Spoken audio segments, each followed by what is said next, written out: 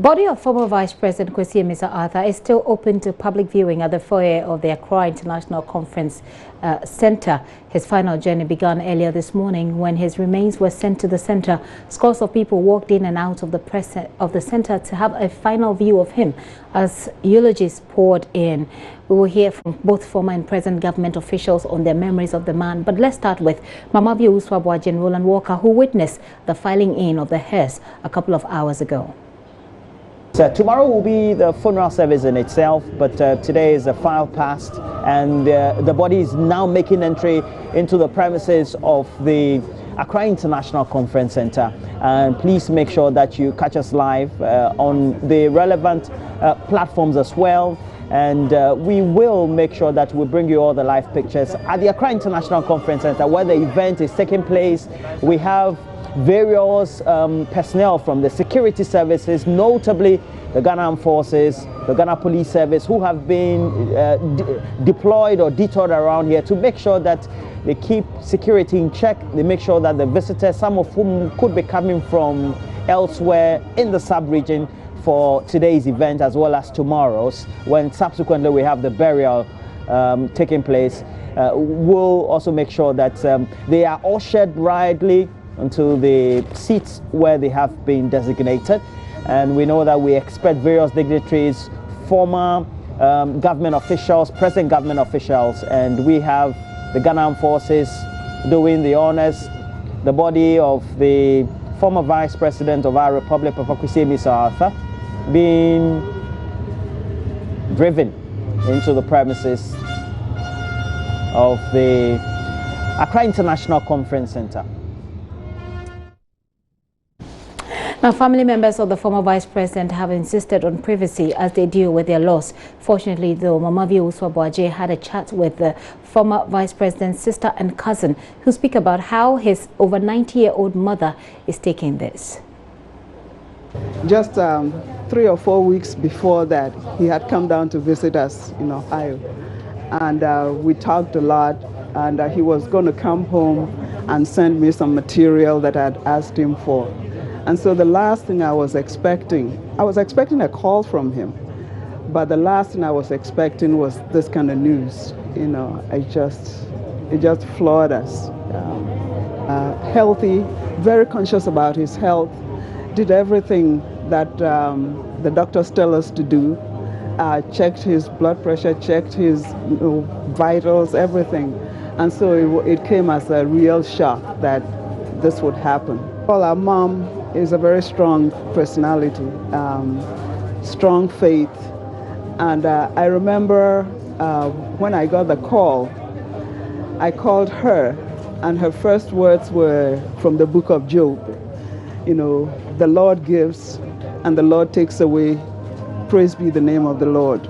And when you have somebody like that who's based in scripture, based in faith, and is giving you the word of the Lord, it kind of gives you the support that you need to work through. It's painful, but you need to work through it. And that's the kind of, that's the way that we've been coping. You cry a little bit, and then you fall back on scripture, and then you cry some more and you fall back on scripture. What I remember most is that I'm not very good at math in school or after. And when he started in Fanspim, there was something called old math, which we were all taught. And Pakus wasn't very interested in old math, so he didn't pay much attention to his lessons. And then about 2 or 3 years after he started in Fanspim, they brought in new math.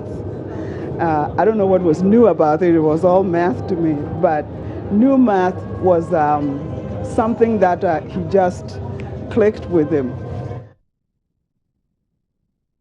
Laura Ofobike is sister to the former Vice President. Now, Maxwell Akpakpa has been speaking to a host of others who passed through to see him for the last time, some of whom worked with him behind the scenes and may not be as familiar as many other government officials.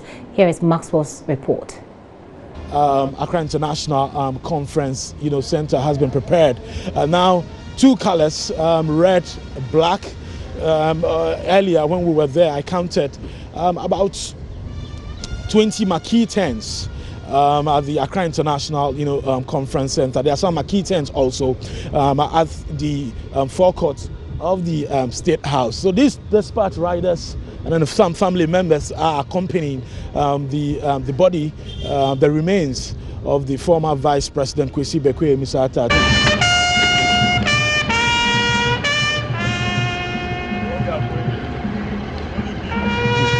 And I have the gentleman who's been playing the flute here in Chi. They call it Atentabeng.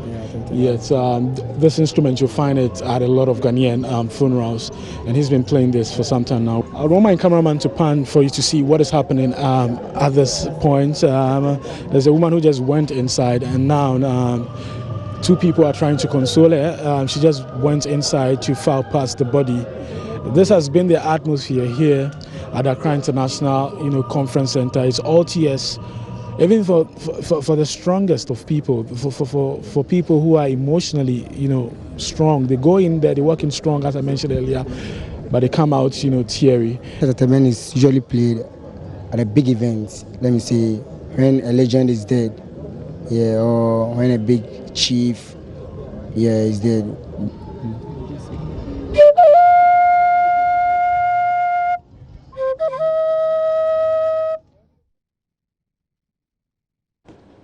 We can now hear from former government officials alongside who the former vice president served. My fondest memories of Amissah-Arthur would have to do with his sense of humor. He's a very good person who stabilizes every situation where there is heat and anger with his very good sense of humor. And it's been wonderful working with him. I remember him for his time consciousness. He's somebody who respects time a lot. And operating in a Ghanaian situation with that attitude to time brings you in conflict with many people. But I remember him for his time consciousness, his attention to detail, and his Christian principles and values. Mr. Kofi Adams of the NDC also, let's find out from him his fondest memories of the late Vice President. Mr. Adams, what do you recall when you first met the Vice President? I remember our first face-to-face meeting was in 2001, not too long after we have lost the 2000 elections. And when he entered at the meeting room, he brought a lot of life. And all of a sudden, he gave us hope that, look, we could make it. Let's just get together. And that was the first time we were losing elections and we were being chased left, right, center. And since then, it has been one engagement to the other. And we really worked so well, we work so closely, and we work very hard. We have the chairman here, Mr. Kofi Porterfield. Well, it's sad. I saw him lying, speechless, motionless. And then you put it against the man you knew as very vibrant, very strong, full of ideas, full of initiatives. Just see that we have lost him, but there's a lot more that we can learn and remember him for. And characteristically is his humility and his truthfulness. But as a country, we've also missed one of the finest gentlemen that we have around town, who makes no enemies with anybody in public service. He excelled himself. The simplest way to describe him is a very decent person. Our politics can be very rough in this part of the world, but His Excellency Kwesi Bekwe Amissah-Arthur was a very decent and humane person. I recall when I met him at the beginning of this year, I hadn't seen him since we lost the election, even though we met on public occasions, but personally, the first thing he asked me was how I was doing as a person, as an individual. How was I surviving as a person, and for me that really touched me. Before talking about the party and go and contest for this or go and do this, go and do that, he wanted to find out how I was doing as a person, and it epitomizes the kind of human being that he was. He was a very decent person. Some former government officials and NDC officials as well. Now, the minority in Parliament went in as a group to pay their last respects, after which they spoke to the media.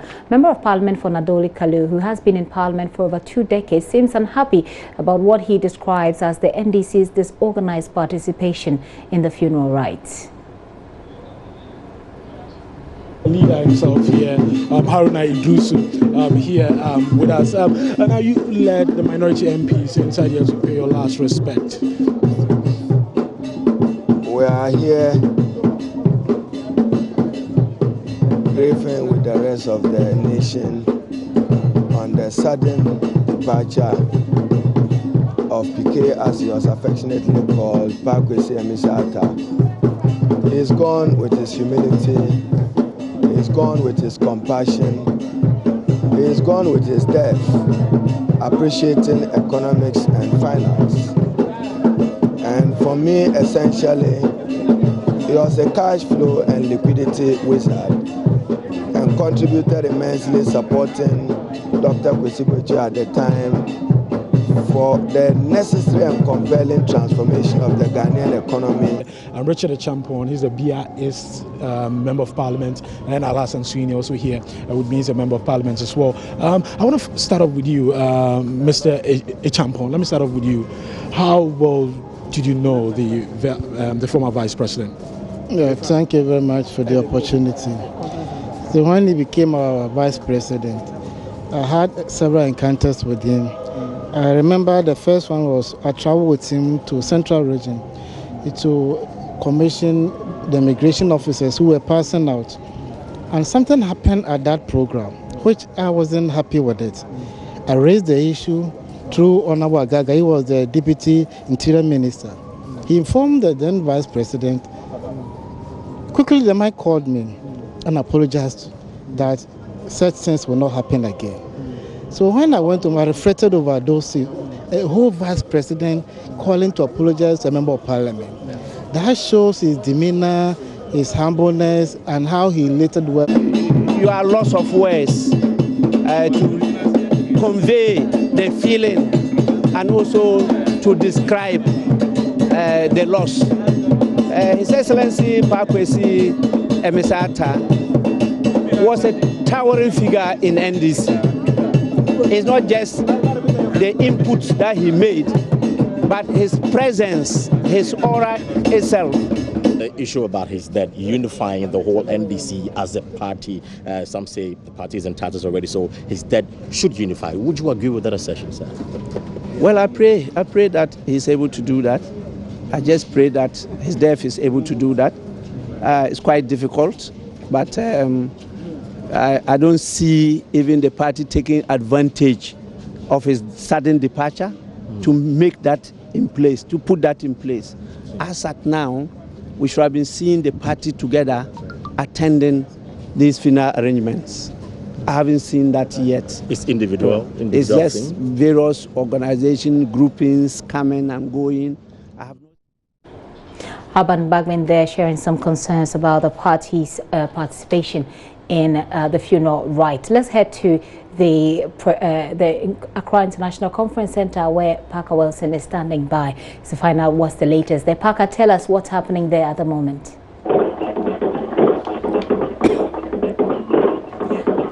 Parker, go ahead. Yeah, Gifty, so sympathizers of the NDC are still trooping in here at the Accra International Conference Center to pay their last respect to the former Vice President. Respect to the former Vice President, Amissah-Arthur. Of course, with me here as the former Member of Parliament for Ningo Pram, Honorable E.T. Mensah, and he also came to pay his last respect to the former Vice President. I know that you work with him closely, and just share with us who the man Amissah-Arthur was. As a matter of fact, I knew him way back 78, 79, when I got a job in Legon and when he was one of the persons that, was close to me. And he and Professor Akila Pasoya, Professor Kwesi Boche, Chachichi Kata, Fuichi Kata, Guzitano and others, we formed a study group, and the purpose was to study, the state and what was happening and what could be done, what contribution we could make, how we can reach out to the young people, and it was quite interesting. And then that was around 79 when May 15 broke out. That was when we got to know then Flight Lieutenant Rollins and later President Rollins through Mr. Chikata. And those days, as soon as you got close to him or Captain Chikata, you were put on surveillance. And they were all over the place. But we also went ahead with what we were doing. Because June 4, when it broke out, we took out about 10 buses from Legon. I got the guys, took out, and a few people in Legon. It was a common effort that we had a few people to join us to go and lend our support to what had happened. Right. So we are speaking profoundly of the former Vice President Pakwesi Bekwin, Amissah-Arthur. So 80 Mensah is the former Member of Parliament for Ningo Opram there. So the program is still continuing. Tomorrow we will be here to also give coverage to the people of this country as far as this funeral rite is concerned. So let me still come back to you and ask. The point is that the people are spoken to. Kwesi Parker Wilson there, bringing us up to speed. You can tell that people are still walking in and out. It is still the public viewing up until 6 p.m. this evening.